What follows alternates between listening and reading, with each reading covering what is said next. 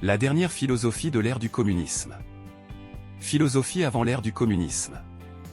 On croit généralement que pour la première fois le mot philosophie est apparu dans les manuscrits des philosophes grecs. Avant ce terme de philosophie, désignant la science de quoi que ce soit, il n'y avait pas. C'est-à-dire que la philosophie est apparue à un niveau suffisamment élevé de développement humain. Sous la philosophie, il est d'usage de comprendre la science de l'inconnu. Comme pour l'homme ancien, il était inconnu que toute connaissance et expérience était une connaissance et une expérience philosophique. Mais à mesure que les connaissances et l'expérience s'accumulaient dans des domaines spécifiques de l'activité humaine, des sciences indépendantes avec leurs connaissances et leur expérience dans ces domaines ont commencé à se démarquer de la philosophie. Et au tournant des siècles 17 à 18, avec l'accélération du développement de l'humanité dans les domaines hautement spécialisés de l'activité humaine, la philosophie a commencé à se démarquer de la science pour étudier ces domaines d'activité. Et la philosophie a fait face à une crise de sphère à étudier. Et la sortie de la crise a été trouvée dans la réinterprétation de la philosophie.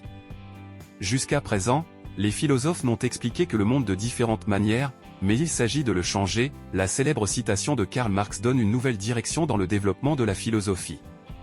À la suite de cette réinterprétation, la philosophie passe dans le raisonnement des abstractions. C'est-à-dire que les thèmes des abstractions philosophiques étaient le raisonnement sur l'homme, le sens de la vie, la culture, la nature, la société, le monde invisible, la politique, la structure de l'État, etc.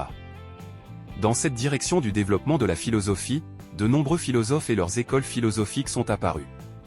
La philosophie est devenue un sujet de base pour toutes les universités d'arts libéraux du monde entier.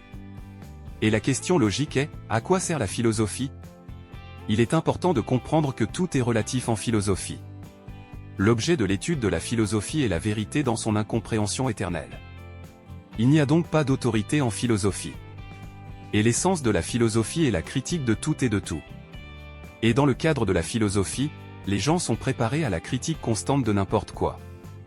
Autrement dit, dans le monde entier, il y a déjà une énorme masse de personnes qui sont prêtes à critiquer n'importe quoi. Il ne reste plus qu'à choisir une cible pour la critique et à la regarder se transformer sous l'influence de la critique. Et l'histoire de la Russie depuis le XVIIIe siècle a beaucoup d'exemples de la façon dont une critique ciblée du pouvoir de la Russie a fait ce que les guerres et les interventions étrangères ne pouvaient pas faire avec la Russie. La Russie, sous les coups des critiques à la fois externes et internes, a en fait cédé à la merci des gagnants. En philosophie, les gens testent constamment leur capacité à s'abstraire du monde extérieur et à développer logiquement des thèmes qui n'existent pas en réalité. La formation continue vous permet de former des équipes de critiques pour accomplir vos tâches. Si nécessaire et dans des conditions favorables, ces équipes peuvent être utilisées pour former des autorités de leurs partisans. En attendant, de telles conditions sont créées, tous les participants à la philosophie peuvent simplement étudier ou enseigner dans leurs universités parce que l'enseignement et l'enseignement de la philosophie sont devenus obligatoires dans tous les pays développés. Et de telles ressources financières sont dépensées pour la formation et l'enseignement. Ainsi, la philosophie du XXIe siècle est un détachement avancé dans la reformatation globale du monde sous l'objectif de son changement global et de la gestion de celui-ci. Philosophie de l'ère du communisme. En 2020, la découverte de « tous les temps et tous les peuples » a été faite en Russie et le communisme sur la planète Terre a été construit depuis longtemps et tous les gens vivent dans le communisme depuis longtemps.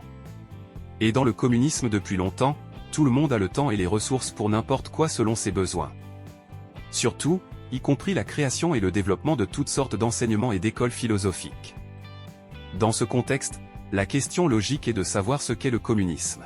Le communisme n'est pas quelque chose que les gens ont accroché à leurs oreilles sous la forme de nouilles pendant plus de 100 ans, toutes sortes de socialistes. Le communisme n'est pas des enfants communs, des épouses, des maris, des râteaux, des fourches, des pelles, des voitures, des bateaux, des tracteurs, des usines, des fermes, des forêts, des rivières, des champs, des montagnes, etc. Le communisme est un objectif commun. Quand l'homme primitif a réalisé pour la première fois qu'il était plus facile et plus amusant d'obtenir de la nourriture ensemble, le communisme est venu simplement, rapidement et sans toutes sortes de bases, sur lesquelles tous les socialistes aiment tant réfléchir. L'homme primitif n'avait ni technique, ni culture, ni compréhension du fait qu'il peut y avoir des bases sur lesquelles on peut spéculer, et le communisme l'était déjà. Et une fois apparu, le communisme ne faisait que s'étendre et s'améliorer. L'histoire de l'humanité est l'histoire du communisme.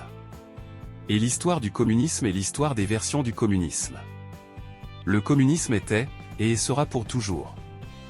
Seules les versions du communisme changent. Et c'est normal. C'est le communisme, chacun selon ses besoins. Il y a un besoin de changer les versions du communisme s'il vous plaît, autant que vous le souhaitez, sans problème. Et c'est normal. C'est le communisme, chacun selon ses besoins. Les besoins gouvernent le monde. Les besoins sont au cœur de tout. Et en fonction des besoins, des objectifs sont formés. Et autour des objectifs, des points communs se rassemblent. Et toute communauté prouve le communisme. Parce que le communisme est un objectif commun. Ainsi, quels sont les besoins de tels objectifs? Quels sont les objectifs de ces communautés? Quelles sont les communautés d'un tel communisme? Et c'est normal. C'est le communisme, chacun selon ses besoins. Et il est important de ne pas confondre les besoins avec les désirs. Le communisme est tout le monde selon les besoins, pas selon les désirs. Les désirs ne sont limités que par l'imagination d'une personne. Et les besoins sont toujours limités par les connaissances, l'expérience, la physiologie, les circonstances et le budget. La découverte a donné lieu à l'annonce que l'humanité est entrée dans l'ère du communisme. Et maintenant, la 4e année de l'ère moderne, l'ère du communisme. Qu'est-ce qui donne à la philosophie de l'ère du communisme? La philosophie de l'ère du communisme donne la connaissance comme information à la réflexion et à la direction dans les actions. Le premier, le communisme a longtemps été construit et tous les gens vivent dans le communisme depuis longtemps. Cela signifie qu'un avenir radieux a longtemps été pour tous une dure réalité.